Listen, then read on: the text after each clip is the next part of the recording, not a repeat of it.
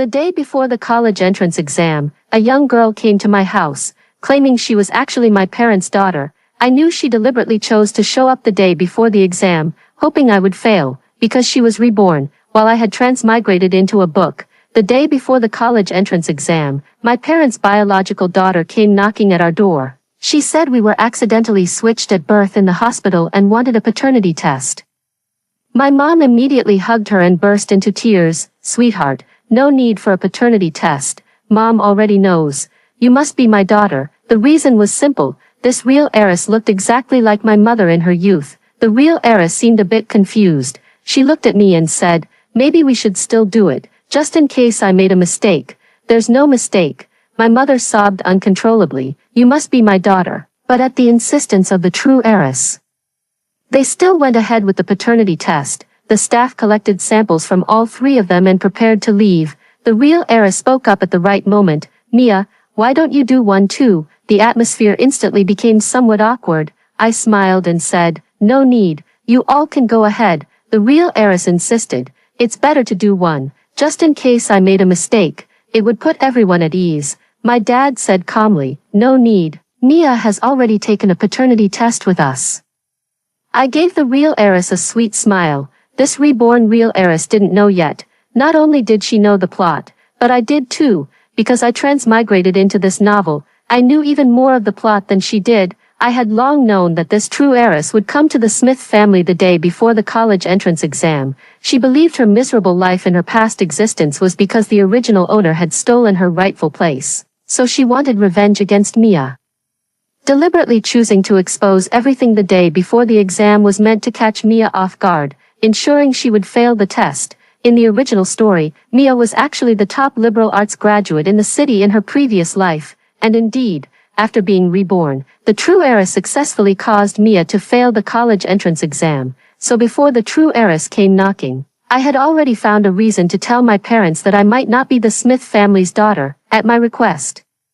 We took a paternity test. The result was obvious. I was indeed not the daughter of the Smith family. I immediately suggested moving out, but my parents didn't agree. After all, they had raised me for 18 years. Even if I wasn't their biological child, the bond was still there. To ease the real heiress's discomfort, my mother brought up the topic of changing my name. Before the paternity test results even came out, the real heiress's name had already been changed from Pearl James to Pearl Smith. After returning, Pearl said, "Uncle, Auntie, before the paternity test results come out, I think I should go back to the James family first." My adoptive mother, of course, couldn't bear to let her go and subtly inquired about the situation in the James family. When Pearl came to the Smith family, she was wearing clothes that had been washed until they were faded. I know that although my adoptive mother doesn't say it out loud, she already feels in her heart that Pearl isn't doing well in the James family and wants her to stay here directly. Pearl said hesitantly, "James' dad is a doctor, and James' mom is a teacher. Although they don't earn much, the whole family is still very happy living together in a small house." I silently underlined the key points in Pearl's words. Not earning much, small house. My adoptive mother's expression immediately changed. Her eyes filled with concern. "Pearl, you really shouldn't go back. The college entrance exam is tomorrow, and all this back and forth might affect your performance." After a moment of contemplation, my adoptive father finally spoke.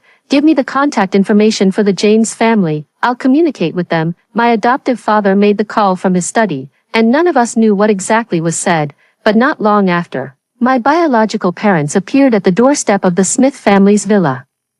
The parents of both families stayed in the living room to discuss, while Pearl and I were called back to our rooms. Pearl's arrival was sudden, so my foster mother could only temporarily arrange for her to stay in the guest room. After returning to my room, I briefly organized my personal belongings and the things I needed to bring for tomorrow's exam.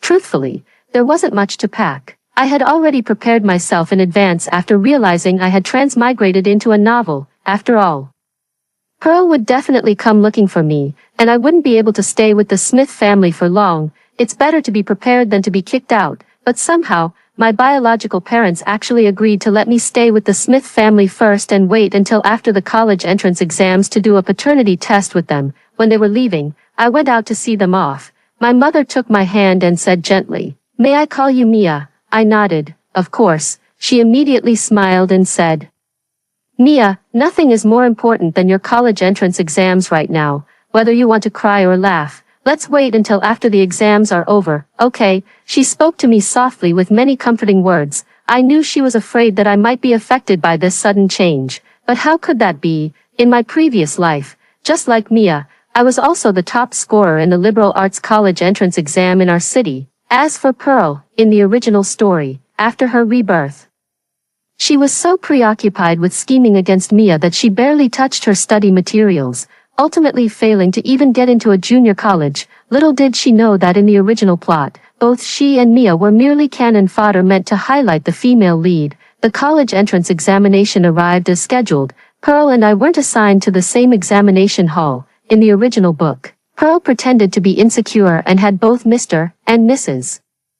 Smith accompany her to the exam hall. Meanwhile, Mia, under the double blow of discovering she wasn't biologically related to the Smith family and suddenly being neglected by the parents she had called mom and dad for over a decade, performed extremely poorly in the first exam. The college entrance exam is like taking a driver's test. If you make a mistake at the start, it affects your mindset, which in turn impacts your performance in the subsequent parts. To make matters worse, Pearl later schemed against Mia, causing her to eat spoiled food, resulting in acute gastroenteritis and forcing her to take the exams while ill. So Mia, who should have been the city's top scorer in the liberal arts college entrance exam, ended up only qualifying for a vocational college, missing the second-tier undergraduate cutoff by a few points. Meanwhile, the original female lead, who had always been the perpetual runner-up, suddenly became the city's top scorer in the liberal arts exam. Pearl fared even worse. Having graduated many years before her rebirth, she had long grown unfamiliar with studying and couldn't calm herself down to review. In the end, she didn't even make it into a vocational college. Mr. Smith spent money to get her into a school abroad. I knew Pearl would pull some tricks, so during breakfast, I offered to have our foster parents take Pearl to the exam venue. I've already gone for a trial seating and know the route well. I can go by myself, playing the innocent, who doesn't know how to do that. Our foster mother's heart ached the moment she heard it. Pearl was caught off guard by me, standing there with her mouth agape, yet still managing to maintain that fake smile. It was just ridiculous. My foster father said, "Mia, what nonsense are you talking? Your mom will see Pearl off. And I'll see you off." In the original book, Mr. and Mrs. Smith had actually always been quite good to Mia. Even after Mia returned to the James family, Mr. and Mrs. Smith would often visit. I put on an innocent smile and said, "Sure." The smile on Pearl's face gradually faded away. After the college entrance exams ended, the paternity test results came out. As expected, Pearl is the true heiress of the Smith family. The moment she saw the paternity test results, Pearl first gave me a defiant look before bursting into tears and hugging Mrs. Smith. Mr. Smith, meanwhile, silently lit a cigarette without saying a word. I walked over to Mr. Smith and said, "Dad, let's talk." Mr. Smith instinctively stubbed out the cigarette in his hand. He glanced sideways at Mrs. Smith and Pearl, who were crying their hearts out, then said, "Let's go to the study." I nodded and followed Mr. Smith into the study. The rooms in the Smith family's house were quite soundproof. As soon as I entered the study, the crying outside became completely inaudible. I got straight to the point. "Dad, now that the paternity test results are out, I plan to move back to the James family today." Mr. Smith was taken aback and said, "Mia, have you thought this through? The Smith family isn't short of money, and we can afford to have one more daughter." In the original story, when Mia moved out, Mr. Smith had also tried to persuade her to stay, just as he did moments ago. It's often said that the bond of upbringing is stronger than that of birth. How could a relationship nurtured over more than a decade of daily companionship be severed by a mere paternity test? I smiled and said, "Dad, I've already made up my mind since the moment I found out I wasn't your and Mom's biological daughter. If I stay, Pearl will surely feel unhappy, and conflicts between us would be inevitable. No matter whom you side with, the other would feel wronged." To be honest, I do sympathize with Pearl in this regard. It's perfectly normal for her to feel resentment after having 18 years of wealth snatched away from her. But in this matter, both Mia and she are innocent. Mia's biological parents didn't treat Pearl poorly. The miserable life she led in her past life was entirely due to her own actions. She shouldn't blame all of this on Mia. I continued, "Moreover, My biological parents only have me as their daughter. If I stay with the Smith family, what will happen to them? This is Mia's responsibility to fulfill. Since I've taken her place, I must also take on this responsibility in her stead. Mr. Smith remained silent for a long while before finally saying slowly, Mia, you've grown up. You're considering things much more thoroughly than before. I said calmly, people always have to grow up. Mr. Smith looked guilty as he took out a property deed from the drawer. This was originally meant to be a gift for you after you started college. Take it with you to the James family. I shook my head and didn't take it. Dad, I'll just take the clothes you bought me before and some personal belongings. The rest isn't necessary. In the original story, because of this house, Pearl later made a scene at the James family. Be good, Mr. Smith insisted, forcing the property deed into my hands. I've raised you for 18 years. You're my daughter. And that won't change even if you go to the James family. But in the end, I didn't accept it.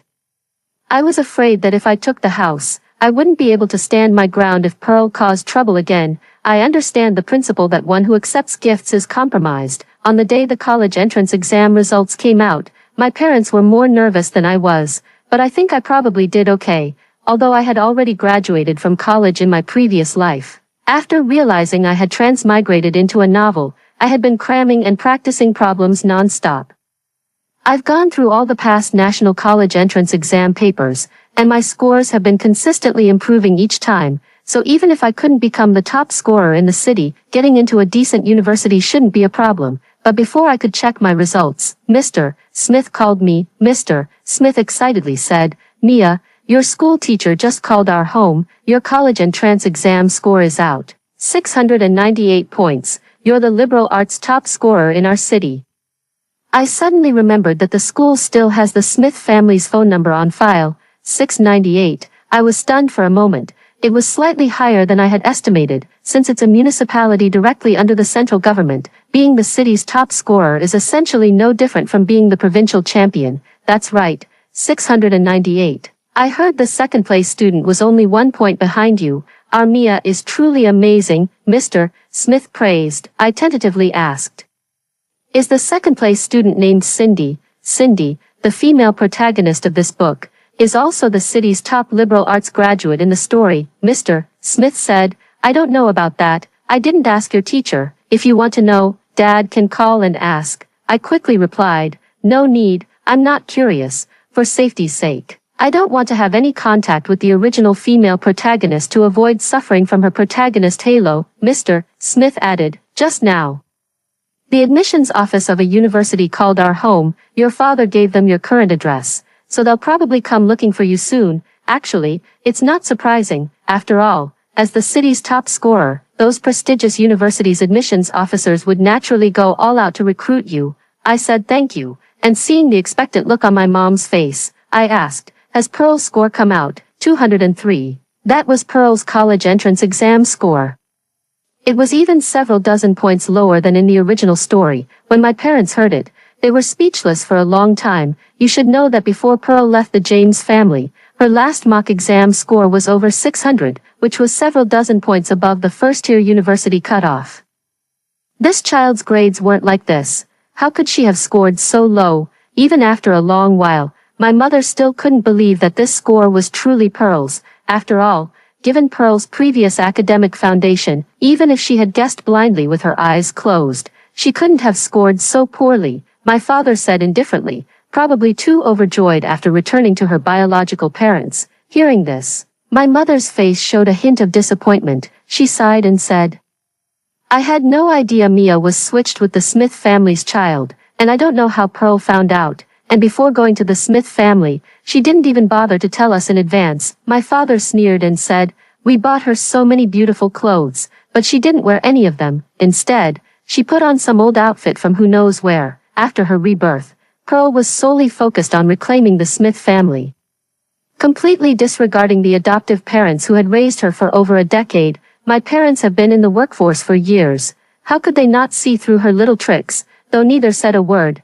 their disappointment was obvious. Noticing their expressions, I deliberately asked, Dad, Mom, didn't Professor say the admissions officer is coming to our house? Shouldn't we tidy up a bit? My mom patted her forehead. Oh dear. I almost forgot about this. My dad stood up and said, "I'll go wash some fruit." My mom turned to me and asked, "Mia, let's not listen to the admissions office's sales pitch. Have you thought about which university you want to apply to?" Without hesitation, I replied, "I'll apply to the local university. It's better to stay close to home, and it's not much worse than a university anyway." In the original book, the female lead Cindy applied to a university, although her score was slightly higher than in the book.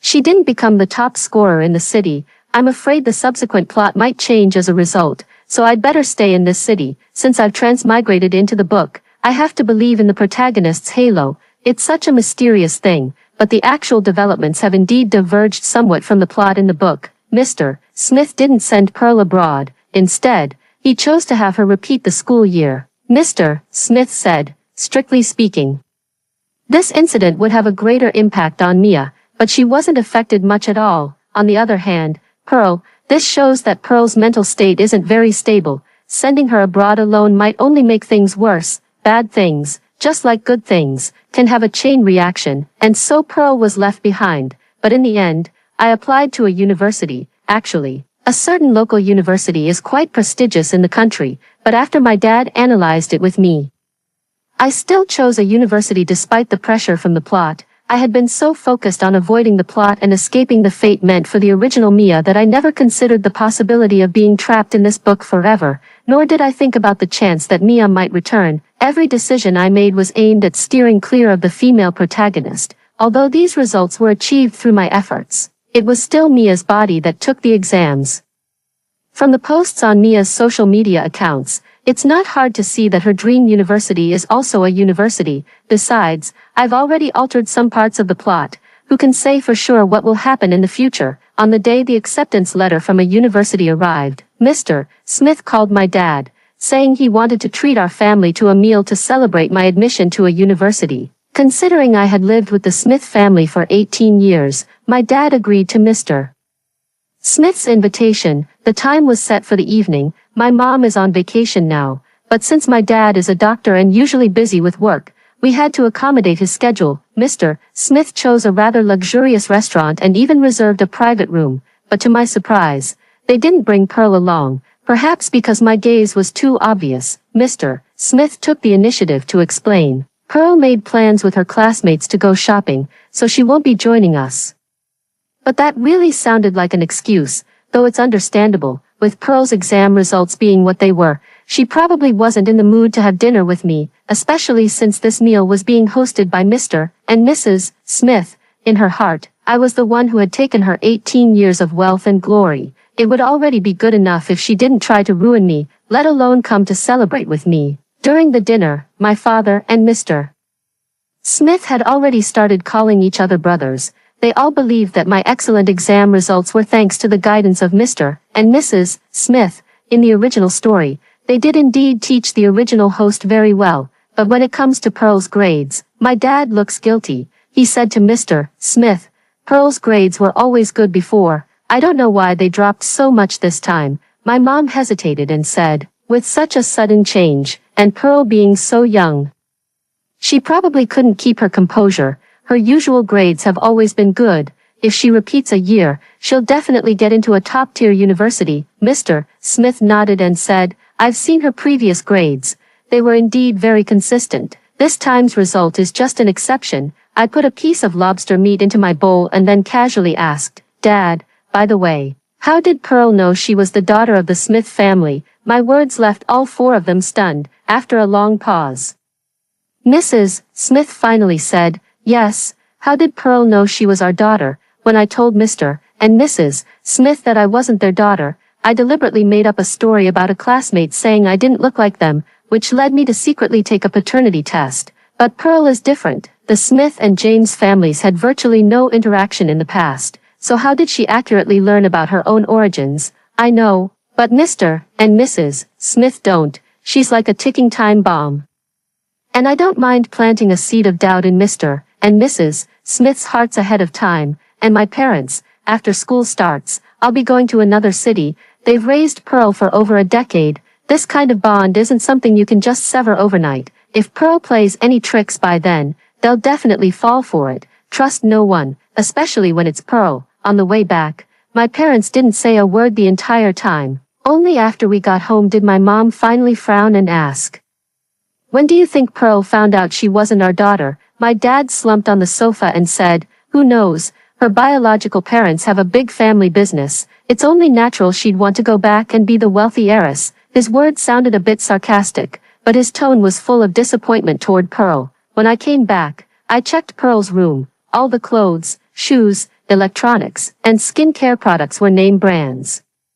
It was clear that although the James family wasn't as wealthy as the Smiths, they certainly hadn't mistreated Pearl. Hearing my dad's words, my mom glanced at me nervously. She asked, "Mia," suddenly switching back, "You, Mom?" I quickly interrupted her. Actually, before switching back, I already knew I wasn't the biological daughter of the Smith family, and I think our family is just fine, not any worse than the Smith family. Don't overthink it, but they still thought a lot about it. I hadn't been back in my room for more than a few minutes when I received a text notification about a deposit into my bank account. The couple each transferred me 10,000 yuan to buy clothes. I didn't want to buy clothes, but their words did give me an idea. Pearl left her things at home, and I need to deliver them to the Smith family. When Pearl left, she must have really despised the James family. She didn't take a single piece of clothing or shoes with her. Not even her computer or other belongings. I found a box and packed some of her newer clothes into it, along with her computer and other items. Then I gave Mrs. Smith a heads up in advance and took a taxi to the Smith family. When I arrived, only Mrs. Smith was in the living room watching a drama. I pulled the suitcase in front of her and said, "Aunt Smith, these are the things Pearl left at the James family." When she left, she didn't take her clothes, shoes, or even her computer. "I've brought some of them over first. As for the rest, just let the servants come to my place to pick them up whenever it's convenient for you." Mrs. Smith paused for a moment and said, "Pearl came back quite suddenly, and I actually forgot about this. It's all right. I only remembered it last night while packing my things." After saying that, I put the box down and opened it. Inside were all seasonal clothes, still quite new. Mrs. Smith glanced into the box and said, "I can see your parents treated Pearl very well too. At such a young age, she was already using branded items." I smiled and replied, "My father is a doctor, and my mother is a teacher. Both professions earn decent incomes in our city. They did treat Pearl quite well, but ironically, when Pearl first came to the Smith family, she wore a very shabby outfit to play the victim. I brought these clothes specifically to let Mr. and Mrs. Smith know that Pearl never suffered any hardships in the James family." Mrs. Smith nodded and was about to speak when Pearl came downstairs. She was playing with her phone as she walked and then asked, "Mom, do we have a guest?" Pearl's words trailed off as she saw me. I smiled at her and said, "Pearl, I came to bring you your clothes. You forgot to take them when you left." Pearl's expression management instantly went out of control. She glanced nervously at Mrs. Smith, then quickly walked over. Pearl explained, "Mom, I feel that since those things were bought with Uncle James and Aunt James's money, and I'm not their daughter, it wouldn't be right for me to keep them." After speaking, she gave me a meaningful look. When I left, I took all the clothes and shoes that Mr. and Mrs. Smith had bought for the original owner. They only had one daughter, and Pearl certainly wouldn't wear the clothes I had worn. If those clothes were left behind, they would only be thrown away. "So I took them all with me," Mrs. Smith said calmly. "They raised you for over a decade. Even if you wanted to bring them back, they wouldn't have stopped you. Besides, you've already worn those clothes. Mia wouldn't wear them again when she returns." Pearl's face turned alternately red and pale. "I've brought too much. I'll go another day to retrieve all my clothes." I immediately smiled and said, "Better let the household servants fetch them. There's quite a lot. And you probably can't carry it all yourself. Besides, there are old textbooks and such. You'll likely need them again soon." Mrs. Smith nodded in agreement. "Mia is right. School is about to start, and it would be good to review your old textbooks in advance." Pearl's smile stiffened slightly. "All right, Mom, I'll have the servants go with me later to get them." Then Pearl glanced at me again and said, "Mia, what would you like to drink?" "I'll get it for you." I shook my head and replied, "No. Thanks, I have things to take care of at home, so I'll head out now." Since my goal was already achieved, I couldn't be bothered to stay and engage in a battle of wits with her. Seeing this, Mrs. Smith suggested, "Let the family driver take you back. it's a good opportunity to help Pearl retrieve the things she left at the James family. I smiled even more brightly. Sure, when school started, my mom also started school, and my dad specifically switched shifts to take me to school. I didn't really want him to make this trip. It's quite a hassle going back and forth, but both he and my mom couldn't rest easy, insisting on coming with me to register. The female lead, Cindy, also came to a university as written in the original story. The original host and Cindy weren't particularly close, just nodding acquaintances, but during military training, Cindy actually took the initiative to greet me. "Mia, I didn't expect we'd be classmates again," Cindy said with a sweet smile. "Just like her name, my name is Mia now," I reminded her. Cindy nodded and immediately corrected herself. "Okay, Mia." I unscrewed the cap of the mineral water bottle and took a sip, tilting my head back. Turning my head, I noticed Cindy had actually sat down right beside me. "Mia, you're truly amazing, actually becoming the top liberal arts scorer in our city's college entrance exam," Cindy said, beaming at me. Her eyes were exceptionally clear, sparkling under the sunlight. I hesitated for a moment before replying. "You were only 1 point behind me, weren't you?" "Exactly," Cindy continued smiling. "Just one more point could, well, push down 1,000 people in the rankings. That's why you're really incredible." At Cindy's strong request, we exchanged phone numbers and WeChat. Coincidentally, Cindy actually lived in the dorm next to mine. That evening, I received a message from Cindy on WeChat. She sent me a link to a forum and said, "Go check out the handsome guy." I instinctively clicked on it and saw that someone had posted photos of freshmen's military training on the school forum. Among the crowd of sunburned freshmen, the guy's fair, almost glowing complexion stood out strikingly. The thread quickly gained traction, and within just a few scrolls, someone had already dug up his information. Heir, 19, a freshman in the finance department this year, and also the male lead of this story. In the less than a minute I spent browsing the post, Cindy had already sent me multiple messages. I scratched my head, remembering that in the original story, it was Heir who fell in love with Cindy at first sight and then took the initiative to ask for her WeChat ID. How did it turn into Cindy being infatuated with Heir now? However, Cindy's interest in Heir didn't last very long. They are in the same class. After attending classes together for a few days, Cindy complained to me, "After seeing this handsome guy for a while, he doesn't seem that special anymore." I nodded, completely agreeing with Cindy's words. Even the most delicious cherries can become tiresome if eaten every day. I was just about to speak when I looked up and saw the handsome guy Cindy had mentioned standing just a few steps away from us. How should I describe that gaze? It was like a knife. I tugged at Cindy's sleeve and whispered, "The handsome guy you mentioned is right behind you." During the National Day holiday, Cindy and I took the same flight home. On the way, Cindy also complained to me about Heir. "I really regret being blind at the start of the semester and actually thinking Heir was handsome. This guy is so petty." "How so?" I was a bit curious because in the original story, Heir's character didn't seem to have the trait of being petty. Cindy said, "That day I just told you that after looking at a handsome guy for a while, he starts to seem ordinary, and he actually got upset, and I waited for a long time, but there was no follow-up." I turned to Cindy beside me and asked, "Wait for what?" Cindy quickly waved her hands and said, Nothing.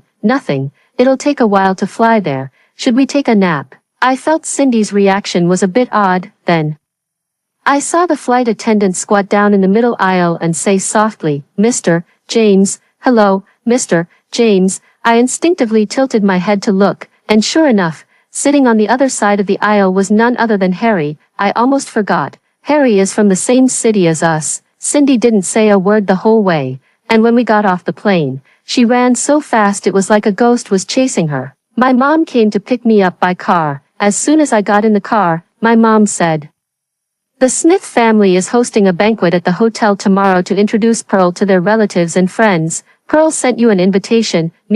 I was stunned. "What about you guys?" My mother shook her head and said, "Only you were invited, Mia. If you don't want to go, then we won't." "Yeah, it's rare to have a short holiday. I'd rather stay home with you guys." I'm certain this invitation wasn't sent by Mr. and Mrs. Smith. They introduced Pearl to their relatives and friends. What's the point of calling me the fake heiress over there? Clearly, this is what Pearl meant. If it were the original owner, they might have felt somewhat disappointed. I haven't spent much time living with the Smith family, so Pearl's little tricks mean nothing to me, but I still underestimated her too much. I had just seen Mrs. Smith's 9-grid banquet photos on my social media feed in the evening when Pearl showed up at my house in her custom-made evening gown. She was also carrying a 3-tiered insulated lunchbox that didn't quite match her elegant dress. My mom was taking a shower, and my dad was on night shift duty. Pearl looked visibly disappointed when she saw I was the only one in the living room. She said, "Mia, the Smith family's dinner tonight is being held at a 5-star hotel. I sent you an invitation. Why didn't you go?" "No time." Pearl smiled and said, "What a shame. After leaving the Smith family, if you want to eat at high-end restaurants again, you'll probably only be able to dream about it. You came all the way here at night just to spout this nonsense." I raised an eyebrow. Pearl placed the insulated food container on the coffee table. "The dishes at tonight's banquet were excellent. I doubt your parents have had much of this.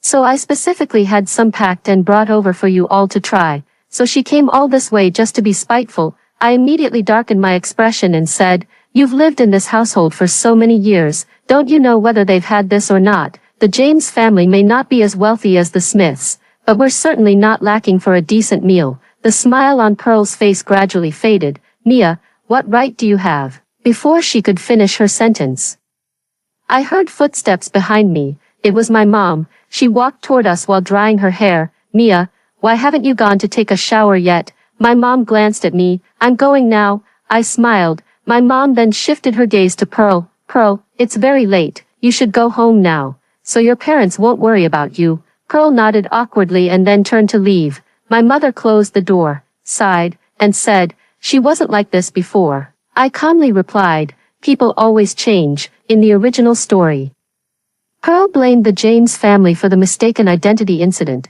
After returning to the Smith family, she never came back to see her adoptive parents again, but in reality, the mix-up of the two babies was due to a mistake by the hospital nurse and had nothing to do with either family. However, I no longer see this world as a book now. The people around me are all living, breathing individuals, and the plot is not set in stone. The day before I returned to school, I received a call from Mrs. Smith.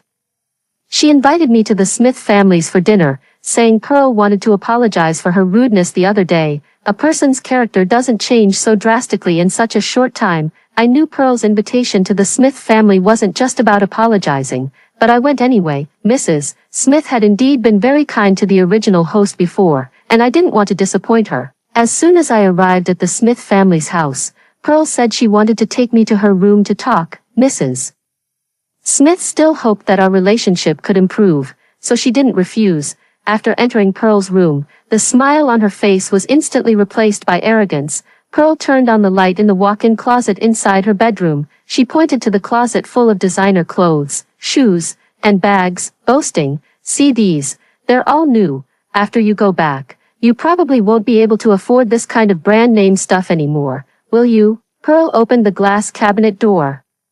"I'll be generous today and let you take a look and even touch them. If there's any small item you like, I can give it to you. You're really boring, standing still without moving. Instead of always thinking about me, you should focus on improving your own grades. If your college entrance exam scores are still that low next time, you won't have any excuses left." Pearl slammed the cabinet door shut. "Mia, do you think you're so great just because your college entrance exam scores were a bit higher?" she said in a disdainful tone. "So what if you went to a prestigious university? After graduation, you're still just a poor wage slave." Pearl walked toward me step by step.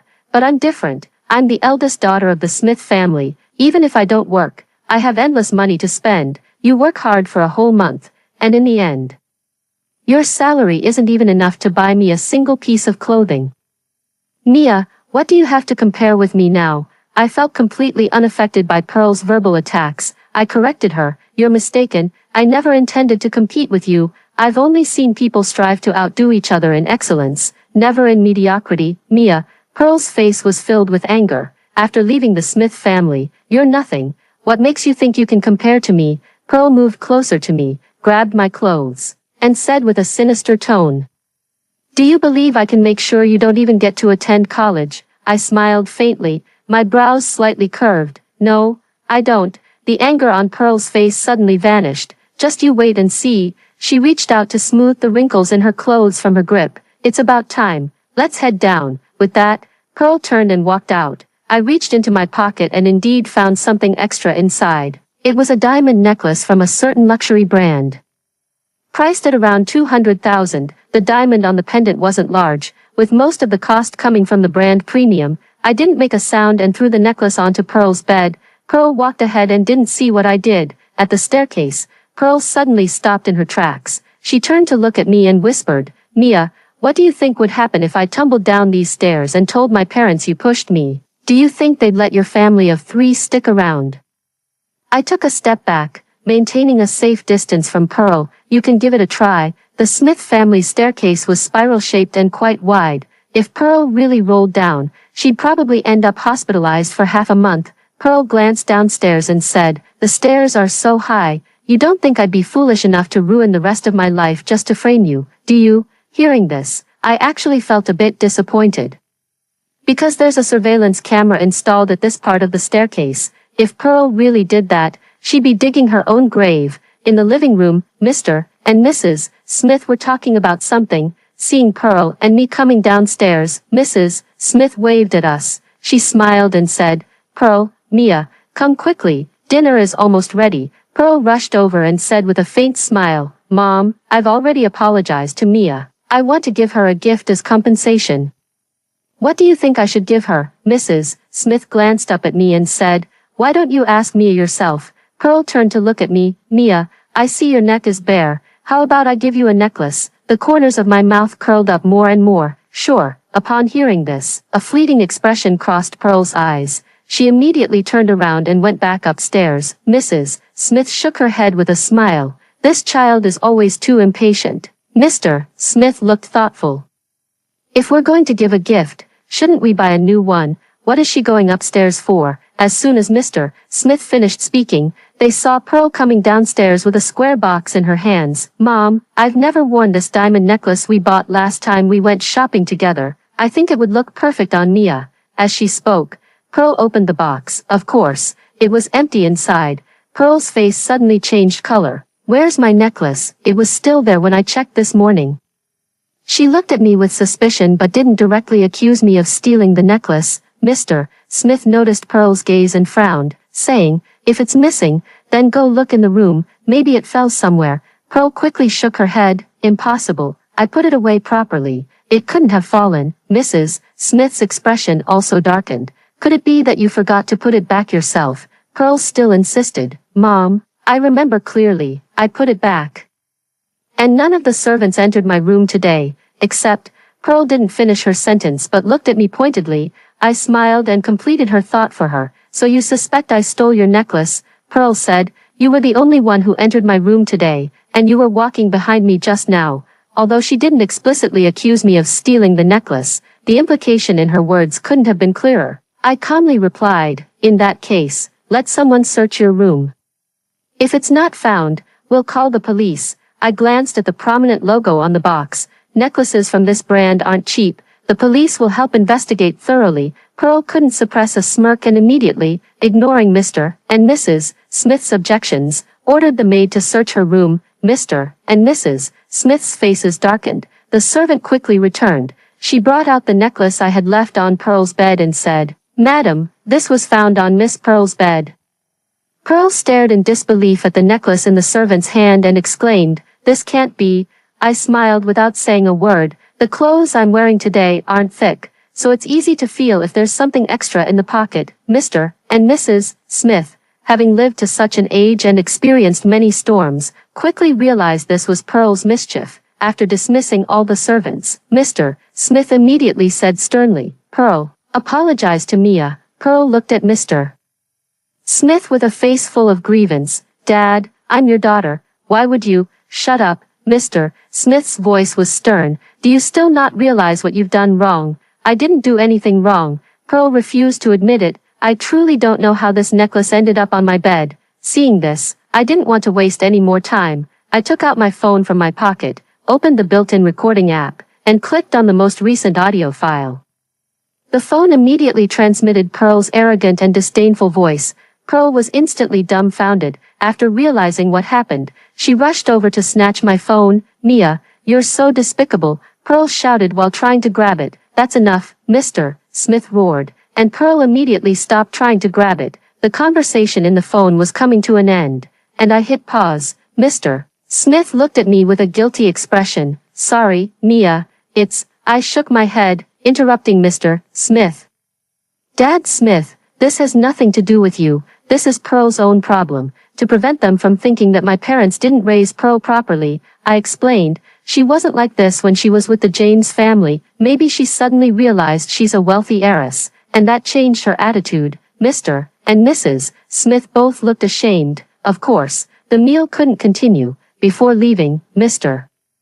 Smith asked me to send him a copy of the recording and assured me that Pearl would definitely be taught a lesson. Whether to teach her a lesson or not doesn't really matter anymore, as Pearl's credibility with Mr. and Mrs. Smith has already been completely destroyed. Pearl also has an older brother who is studying abroad. He's capable, ambitious, and rather cold-blooded, given Pearl's current state. Unless she cheats in the next college entrance exam, her results will most likely remain the same as before. Barring any surprises, she won't have much to do with the Smith family fortune. At most, she'll just receive some money to support her. Not 2 days after returning to school, I received a call from Mr. Smith. He said, "I've already arranged for Pearl's overseas paperwork. Your brother asked me to send her to him. He'll personally take charge of her discipline. Should we send it over now?" I didn't expect Mr. Smith to be so efficient. "Yes." Mr. Smith's voice sounded weary. "I've asked around, and Pearl has indeed become a completely different person since returning, compared to when she was with the James family. If we don't correct this soon, who knows what she might become." Hearing this, I almost felt a bit sorry for Pearl. In the original story, the eldest son of the Smith family was notoriously ruthless, playing a fairly important supporting role as the kind of character who would later compete with the male lead for the female lead's affection. Mr. Smith not only sent her away but also didn't give her a single penny. From then on, Pearl could only ask her brother for money to spend. For an adult who had once enjoyed the feeling of extravagance, this was arguably more painful than killing her. Moreover, the eldest son of the Smith family was truly ruthless. It's easy to imagine what Pearl's fate would be in his hands. After that, I stopped paying attention to Pearl's news. In our sophomore year, Harry and Cindy planned to start a company together. Cindy approached me and asked if I wanted to join. In the original story, Harry started the company alone, but now he's teamed up with Cindy, and Cindy wants to bring me in. I was stunned for a long moment before I found my voice again. "But you're planning to make games, and my major isn't even relevant."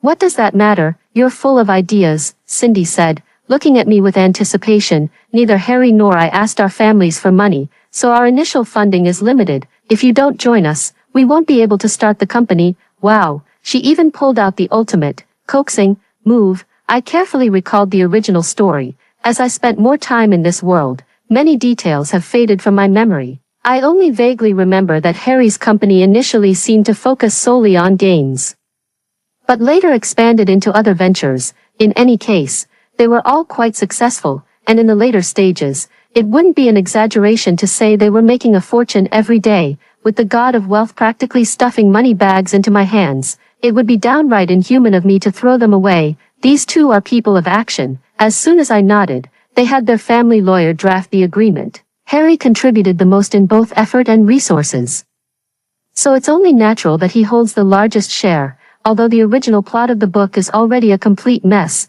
the protagonist's good fortune hasn't changed a bit. The first small game we developed was a huge success. Since it was our first game, we didn't dare invest too much and only developed a mini-program. The idea was mine, and the game was developed by Harry and Cindy, who borrowed staff from their family's company to work on it, with our joint efforts.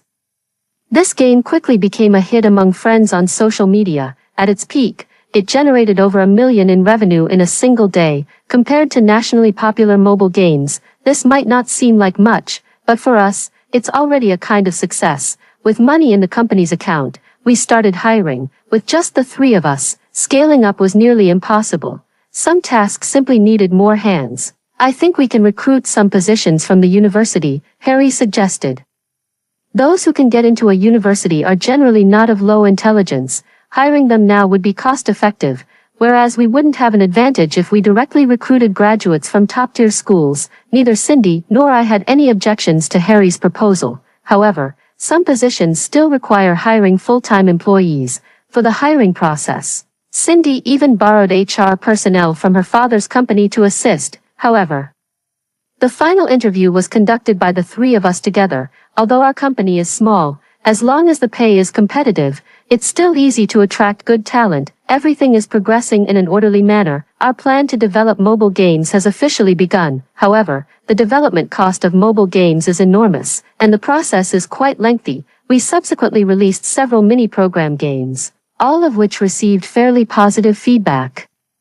Standalone minigames can quickly become monotonous. Only by continuously updating and replacing them can we retain users. During the summer vacation, I received a phone call. The other party immediately mentioned wanting to acquire our company and asked to meet in person. Sorry, I'm not the one who can make decisions on this, I said before hanging up the phone directly. Harry clearly holds the largest share. Yet they didn't approach him and instead came to me. What's wrong with them? I posted this matter in the small group chat with Cindy and Harry. Harry quickly sent over a phone number, asking if it was the person who called. I took a look, and it was indeed the one. Harry said, "This person called me, but I didn't answer. No wonder they found me." I quickly put the matter out of my mind, but within a couple of days, I was stopped while out buying fruit. The license plate looked somewhat familiar, but I couldn't recall where I'd seen it before. Just then, the car window rolled down. "Mia, get in." The man in the driver's seat was quite handsome, but his face gave off an unapproachable vibe. Instinctively, I wanted to turn and run, but before I could move, he said, "I'm Zoe, the eldest son of the Smith family and Pearl's older brother." After transmigrating into the book, I never actually met Zoe. At the time, I was solely focused on changing the original protagonist's fate and didn't have the mood to look up Zoe's photos to recognize them. If he hadn't introduced himself, I truly wouldn't have recognized him. I raised my hand to shield my eyes from the glaring sunlight, hesitated for 2 seconds, but ultimately got into Zoe's car. On such a scorching day, the air-conditioned car was undeniably more comfortable. I awkwardly smiled. "Mr. Zoe, sorry about that. It's been so long since we last met, I didn't recognize you." I haven't seen Zoe since I crossed over, so it's no wonder I didn't recognize him. Zoe got straight to the point. "I called you a couple of days ago. When did you?" I paused. "That was you who wanted to acquire our company." Zoe snorted. I gave a thumbs up. "Mr. Zoe has great taste, but unfortunately our company doesn't sell." Zoe looked somewhat awkward. "I didn't know at the time that the company was co-founded by you and Harry." I hugged the big watermelon in my arms tightly. "I didn't know that person was you either." Zoe narrowed her eyes and suddenly said, "Pearl has been admitted to a mental hospital. If you have time, go visit our parents more often. They miss you a lot, but they can't bring themselves to reach out to you." My body stiffened, unable to believe my ears. Why, although Pearl is a bit of an idiot, there's definitely nothing wrong with her mentally. I mean, why did Pearl end up in a mental hospital? Zoe let out a cold laugh and said, "She claims she's been reborn." Zoe didn't say anything more, but I could tell Pearl must have said more than just that. Otherwise, no matter how cold-blooded Zoe was, she wouldn't have locked her own sister in a mental hospital. I silently cursed in my heart. What an idiot. How dare she bring up something like this? I'll visit them when I have time, but I'm afraid seeing me would remind them of what happened to Pearl. Zoe nodded, then asked, "If your company isn't for sale, would you consider accepting investments?" From Zoe's expression, she didn't seem to be joking. "Harry is the majority shareholder. You'd have to ask him about that." Zoe didn't press further, only reminding me to visit Mr. and Mrs. Smith when I had the chance before letting me out of the car. But Harry ultimately didn't accept Zoe's investment. Neither he nor Cindy's family lacked money. If they were really short on funds, they could always turn to their families rather than seeking outside investment. Zoe didn't push the matter and instead joined his family's company, and soon, with swift and decisive actions, he thoroughly reorganized the company. Zoe is indeed very capable, having successfully completed several projects that have made money for the Smith family. Except for the occasional moments when she acts strangely and asks me some inexplicable questions, everything is moving in a positive direction. On my graduation day, my parents and Mr. and Mrs. Smith all came. The four of them stood on either side of me, and we took a group photo together. Mrs. Smith posted this group photo on her Moments with the caption, "My daughter has graduated." Then I received a call from Zoe. He said, "Mia, call me when you're back. I've prepared a graduation gift for you." I hesitated for a moment. I can't go back yet. Cindy and I are going on a trip. Cindy wanted to go on a graduation trip and even booked the tickets without consulting me first. When are we going? Zoe asked again. The flight is tomorrow morning, and we'll be gone for about half a month. These past 2 years, work and studies have taken up most of our time, and we haven't had much chance to relax. Cindy suggested taking this opportunity to go out and have some fun. I got it. Zoe immediately hung up the phone, but a few hours later, he showed up at the entrance of the rental community where I lived. When I received Zoe's call, I thought he was just messing with me. But Zoe quickly sent me a photo of the entrance to my community. I spotted Zoe in his crisp suit from afar. He was tall, good-looking, and dressed formally, making him stand out even more. When he saw me at the neighborhood entrance, Zoe beckoned me with a finger. "Hurry up, are you an aunt? How did you get here?" I quickened my pace. Zoe shoved a small paper bag into my hand. "I'm here for a business trip, and thought I'd drop by to give you your graduation gift." Drop by.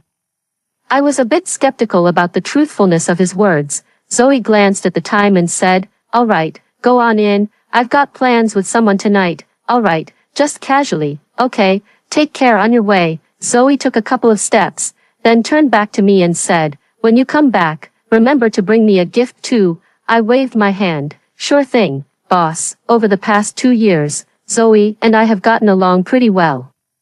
This person is indeed as ruthless in business as described in the original book, but their private personality is actually quite decent. Although sometimes a bit sharp-tongued, they've genuinely helped me a lot. Just a gift. Even if they hadn't mentioned it, I would have bought it anyway. Not just for them. My parents and Mr. and Mrs. Smith will get theirs too. When I got home, I immediately opened the graduation gift Zoe had prepared for me. It was a necklace. But there wasn't any logo on the box or the paper bag, and I had never seen this design before. The pendant of the necklace was engraved with my initials, JM. The necklace is really beautiful. I almost fell in love with it at first sight, so I decided to get one for Cindy as well. I immediately sent Zoe a WeChat message, asking where she bought the necklace, because I wanted to get the same one for a friend. It took about half an hour before I got a reply from Zoe, a smiling emoji. "You can't buy it." I sent him a meme and said, "I have money, relying on the male and female leads to make a fortune. I've saved up quite a bit over the past 2 years. I can certainly afford a necklace." Zoe took quite a while to reply again, a smiling emoji followed by a message. "I designed it myself and had it custom made. There's only one like it in the world." Suddenly, the necklace in my hand felt uncomfortably warm, but it was undeniably beautiful. Both the pendant and the chain perfectly matched my aesthetic. I was hesitating about how to reply to Zoe when his call came through. I couldn't tell where Zoe was, but it sounded noisy around him. He said in a sinister voice, "Mia, I've registered the copyright for this necklace design. If I see Cindy wearing an identical necklace, you can expect to be sued." Zoe then changed his tone and added, "This is my graduation gift to you. You can't give it to Cindy either." "Got it, boss. Don't worry. I won't give it to anyone else, if it's Zoe we're talking about. I believe she's actually capable of doing that." Before hanging up, I said, "Zoe, I really like this necklace. Thank you." Then I heard Zoe's soft chuckle through the phone. "Call me brother, extra." Zoe has always had a rather aloof personality, so her relationships with family members have been somewhat distant. In her first year of high school, Zoe chose to study abroad. He only comes back once or twice a year, and occasionally Mr. and Mrs. Smith take Mia to see him.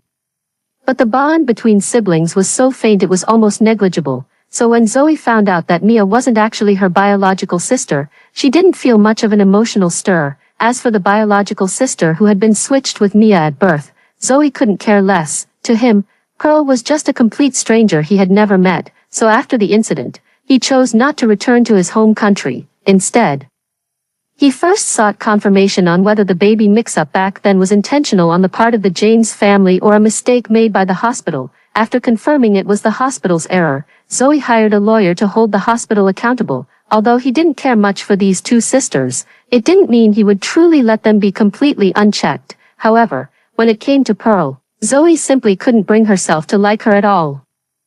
They had never met, but just from his mother's descriptions, he felt Pearl was far too calculating. Even his parents had only accidentally discovered that they weren't biologically related to Mia, so how did Pearl know she wasn't a true James and even manage to accurately locate the Smith family? It was just the day before the college entrance exam. Pearl was only 18 at the time, and there had never been any connection between the James family and the Smith family. Before Pearl went to the Smith family, she had never had any contact with her biological parents. Zoe couldn't understand why Pearl was so certain that she was the biological daughter of the Smith family. Mia is someone Zoe doesn't care about, but for Pearl, Zoe inexplicably feels some dislike. Later, when the college entrance exam results came out, Pearl's scores were far below her usual level. As for Mia, despite suddenly facing such a change in circumstances, she managed to keep her composure and even performed exceptionally well, which made Zoe look at her in a new light. Pearl's grades suddenly dropped so significantly that Zoe began to entertain some rather fantastical suspicions, so Zoe secretly had someone investigate Pearl and unexpectedly discovered that ever since Pearl approached the Smith family, her words and actions had drastically differed from her past behavior. Even her handwriting had changed. This inevitably made Zoe wary. But unexpectedly, Pearl kept making trouble, repeatedly causing problems, so Zoe took the initiative to propose bringing Pearl under her own supervision. He wanted to see for himself what kind of troublemaker his sister really was. When she first arrived abroad, Pearl was actually somewhat excited, but when she witnessed Zoe's power, she regretted it. "Bro, I want to go back. I miss Mom and Dad." Pearl wiped her tears and spoke softly to Zoe, trying to soften his heart, but Zoe wasn't buying it. "You're not going anywhere." "Why, Zoe, what right do you have to interfere with my freedom?" Pearl's mental state was on the verge of collapse at this point. Seeing Zoe still coldly refusing, her emotions couldn't help but spiral out of control. "You and I are both children of the Smith family. The Smith family's future business has a share for me. What kind of thing are you to dare restrict my personal freedom?" Zoe's gaze swept coldly over Pearl. "You ask what kind of thing I am?" Pearl swallowed, frightened by Zoe's stare. She instinctively stepped back and then started negotiating with Zoe. "Zoe, let's make a deal. You send me back, help me kill Mia, and I'll help take the Smith family to the next level. How about that?" In her previous life, she had stubbornly married a rich second-generation heir against her parents' objections. But who would have thought that the so-called rich second-generation heir was actually a fraud? His villa and car were both rented. And the company wasn't his either. The false prosperity didn't last long. After Pearl got pregnant, the other party revealed their true colors. It turned out that marrying her was for her Beijing household registration and the fact that she was an only child. Later, she saw online that the renowned Smith family in the capital was searching for their biological daughter from her adoptive mother. She learned that she and the Smith family's daughter were born in the same hospital at the same time. So Pearl decided to give it a try and went to the Smith family. To her surprise, she was indeed the Smith family's long-lost daughter. This should have been a good thing. She could break free from that fake rich second generation and live the life she had always dreamed of. When Pearl saw that the person who had taken her place not only graduated from a prestigious university but also had a well-matched husband, her mindset instantly became unbalanced. The more she couldn't compare to Mia, the more she wanted to bring her down. But little did she expect that just a few days after returning to the Smith family, she would actually be reborn. Compared to the fake rich second generation who deceived her, Pearl hated Mia even more for stealing her identity. Pearl seemed to have grasped a lifeline. "I've been reborn. I know many things. Believe me, I can really help you." Upon hearing Pearl utter the word reborn, some of Zoe's suspicions were confirmed. From the beginning, he had felt that Pearl's words and actions didn't resemble those of an 18 or 19-year-old. More often than not, they carried the demeanor of a middle-aged person. However, Zoe suspected that Pearl's body might have been taken over by some wandering spirit. Otherwise, he couldn't explain why Pearl had been relatively well-behaved while with the James family but had completely changed into a different person after joining the Smith family, a truly detestable individual. Thus, Zoe chose to confine Pearl in a mental institution. If she wants to go crazy, then let her be crazy. When Zoe saw Mia for the first time after returning home, she felt that her sister was somewhat different from the one in her memories. She couldn't pinpoint exactly what had changed, but there was just this feeling that something was different. After sending Pearl to the mental hospital, Zoe hadn't really paid attention to Mia's whereabouts. It was only later that he learned from his father that the gaming company he wanted to acquire was actually co-founded by Mia and her classmates. Who would have thought that 3 college students could achieve such great success in their first entrepreneurial venture? Zoe felt that, compared to Pearl, Mia was more like a member of the Smith family. They say curiosity is the beginning of affection. But by the time Zoe realized it, it was already a bit late. But at that time, Mia was still in college. So Zoe didn't take any action. Most importantly, he needed to first figure out whether this was admiration for his sister or romantic attraction to the opposite sex. Zoe's past life consisted of nothing but studying and working. Emotions were still something quite unfamiliar to him. However, this didn't stop him from subtly improving his relationship with Mia while simultaneously extinguishing the romantic interests around her. The graduation gift for Mia had been in the works for a long time. Zoe had originally planned to wait until Mia returned before gradually revealing things bit by bit. He knew Mia all too well. A direct confession would be useless. A subtle approach would be more effective. But when Zoe saw a strange man in the travel photos Mia shared, she couldn't help but feel uneasy. So he had his assistant book a flight overnight to the city where Mia and her group were traveling. The more than 10-hour flight left Zoe feeling somewhat exhausted, but after landing, he still went to find Mia. However, to Zoe's surprise, he didn't see the man who had appeared in Mia's social media posts here. Accompanying Mia were only Harry and Cindy. Mia was utterly surprised by Zoe's arrival. "How come you're here?" Mia almost didn't react when she saw Zoe. Zoe's gaze subtly swept around the surroundings. "Business trip, just dropped by to see you." Mia didn't think much of it. She motioned for Zoe to sit down, then pointed to the nearby observation deck. "Harry and Cindy went to take photos." "I saw them," Zoe nodded, casually asking, "Weren't there 4 of you? Where's the other one?" "Another person." Mia paused for a moment before realizing who Zoe was referring to. She smiled and said, "That's the tour guide we hired. The place we visited yesterday was quite special, so we got a guide to explain things to us." Seeing Zoe's reaction, Mia couldn't help but form a certain suspicion in her mind, but she didn't dare to be certain. When Mia mentioned it was a tour guide, Zoe secretly breathed a sigh of relief in her heart. But from then on, the trio became a quartet. On Zoe's first day, she immediately noticed that Harry and Cindy were clearly a couple. When walking, Harry would unconsciously move closer to Cindy, and Cindy didn't create distance between them. When distributing items, Harry's first thought was always Cindy. Walking side by side with Zoe, Mia still found the world a bit surreal. In the original story, the male lead's archenemy is now surprisingly exchanging contact information with him in a friendly manner. The archenemy himself didn't show any interest in Cindy as he did in the original story, but instead stuck closely by her side. This further confirmed the suspicions in Mia's heart. Liking someone is actually something that can't be hidden. There will be a local fireworks show in the evening. All 4 of them changed into outfits with local characteristics. Almost every time Mia saw Zoe in the past, his clothing style was mainly minimalist and neutral. It was the first time she had seen him wear such flashy and colorful clothes, but unexpectedly, it was quite enjoyable. There were many people coming to watch the fireworks show. Zoe was carefully paying attention to the surroundings to prevent Mia from being jostled by the crowd. "Be careful." Zoe pulled Mia closer to her. A smile appeared at the corner of Mia's lips. Then she noticed Harry and Cindy were gone. She looked around, but the crowd was too dense, so she gave up searching. With Harry around, he wouldn't let anything happen to Cindy. At 9 o'clock in the evening, the fireworks show began right on schedule. Mia and the others bought tickets for the observation deck. There were very few people, so Mia couldn't resist taking out her phone to capture the beauty of this moment. As the breeze lifted the strands of hair by Mia's ear and seeing the smile on her face, Zoe, as if bewitched, also took out her phone. Mia was photographing fireworks, while Zoe's picture had an extra Mia in it. But before he could put his phone away, Mia caught him red-handed. Mia raised an eyebrow, taking sneaky photos of me.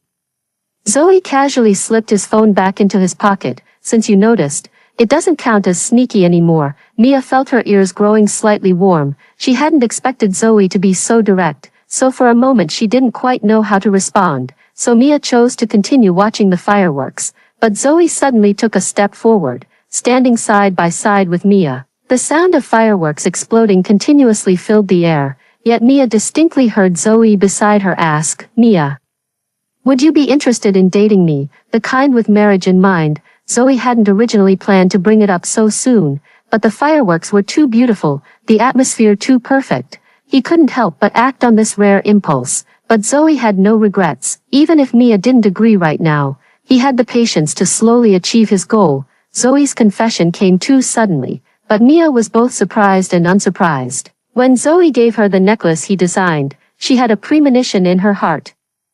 And now it was just confirmed, so Mia didn't speak, nor did she turn around. She simply reached out her hand to Zoe, intertwining their fingers. Yes, there is, Mia said, after hearing the story about